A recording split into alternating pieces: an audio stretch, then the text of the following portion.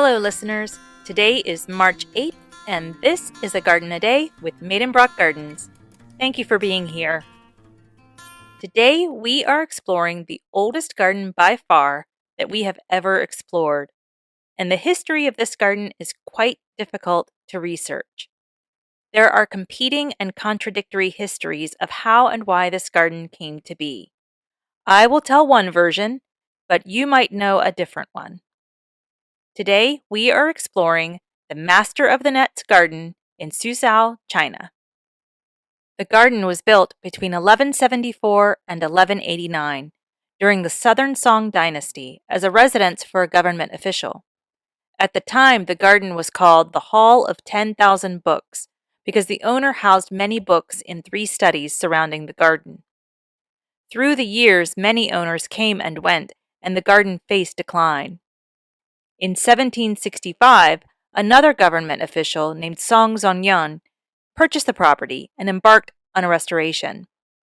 It is said he became so disillusioned by bureaucracy that he declared he would rather be a fisherman than a bureaucrat.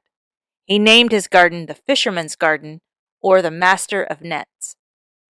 The garden passed through several more owners through the years until 1940, when He Chang once again restored the garden. After his death, his daughter gave the garden to the Suzhou government. It officially opened to the public in 1959, and today the garden is open for tours year-round. The garden has another story for how the garden got its name. There was a poem that likened a garden's design to the intricate weaving of a fisherman's net. As this garden is so well designed, it is like the garden in the poem. The garden is small, only about 1 acre and a third. It's divided into 3 sections: the residential section, the central or main garden, and the inner garden. A large pond is located in the central garden. In the center of the pond is a small pavilion that is accessed by a narrow bridge less than a foot in width. Surrounding the ponds are 2 larger pavilions, the ribbon washing pavilion and the pavilion of the advent of the moon and wind. These are areas for viewing the garden, and as the second pavilion's name implies, for watching the moon rise in the sky. The inner garden is only about 660 square feet in size and was the inspiration for the Ming Garden at the Metropolitan Museum of Art in New York. There are several structures in this part of the garden that hint at their purpose: the pavilion for listening to billows, the pavilion for greeting flowers, the pavilion for watching pines, and the hall for gathering beauty. The best feature of the garden is the skillful use of space. For its small, compact space, the placement of buildings, stones, and plants makes the garden seem much larger than it is.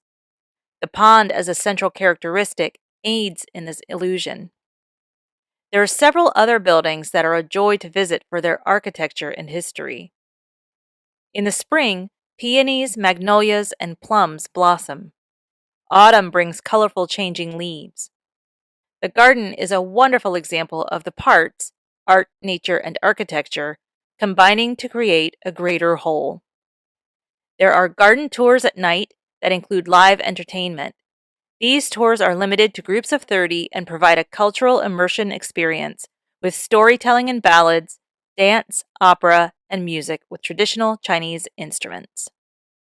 The Master of Nets Garden is a UNESCO World Heritage Site. Well, that's about it for today.